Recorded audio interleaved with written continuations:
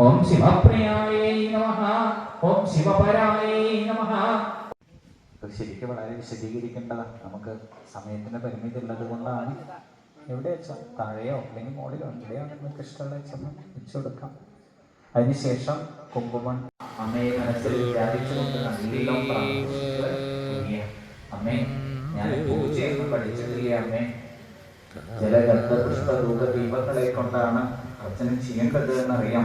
ഞാൻ അതിന് മന്ത്രമൊന്നും പഠിച്ചു. ഋഷി ഛന്ദസ് ദേവത മാത്രം, പിന്നെ ബീജം, ശക്തി, കീലകം, ഷഡംഗം തുടങ്ങി കുറെ ഉണ്ട്. അതിലേക്കൊന്നും പോണ്ട, ഇത് മാത്രം നമുക്ക് ചെയ്യാം. അപ്പൊ എല്ലാവരും ഇരിക്കും. വലത് കൈയെ കൊണ്ട് നടത്തണേ അമ്മ, എനിക്കൊന്നും അറിയില്ലേ അമ്മ, അവിടെ നിന്ന് എന്നെ കൊണ്ട് നടക്കണേ, കൊണ്ട് നടക്കണേ, കൊണ്ട് നടക്കണേ എന്ന് ആത്മാർത്ഥമായി പ്രാർത്ഥിക്കൂ. ഓം ദുർലഭായൈ നമഃ. ഓം ദുർഗമായൈ നമഃ. ഓം ദുർഗായൈ നമഃ. ഓം ദുഃഖഹന്ത്രേ നമഃ. ഓം ദുഷ്ടദൂരായൈ നമഃ. ഓം സുഖപ്രദായൈ നമഃ. ഓം ദുരാചാരശമന്യൈ നമഃ. ഓം ദോഷവർജിനായൈ നമഃ. ഓം സർവജ്ഞായൈ നമഃ. ഓം സാന്ദ്രകരുണായൈ നമഃ. ഓം സമാനാധികവർജിനായൈ നമഃ. ഓം സർവശക്തിമയൈ നമഃ.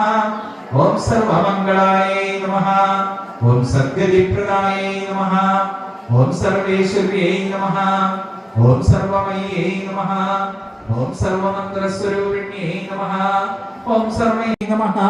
ഓം കാമ്യായൈ നമഃ. ഓം കാമകലാരൂപായൈ നമഃ.